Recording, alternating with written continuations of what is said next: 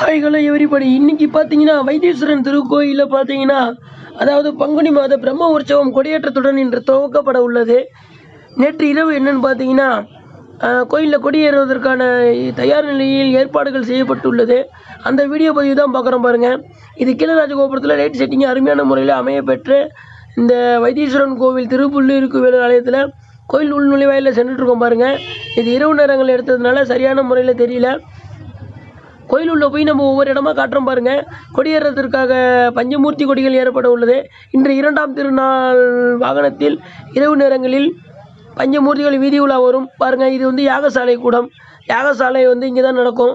பஞ்சமூர்த்தி கொண்டாந்து வச்சு யாகசாலை நடக்கும். யாகசாலை நடக்கக்கூடிய இடம் இது. யானை வந்து பாருங்கள், இதான் நரியோட்டம் ஓடக்கூடிய யானை.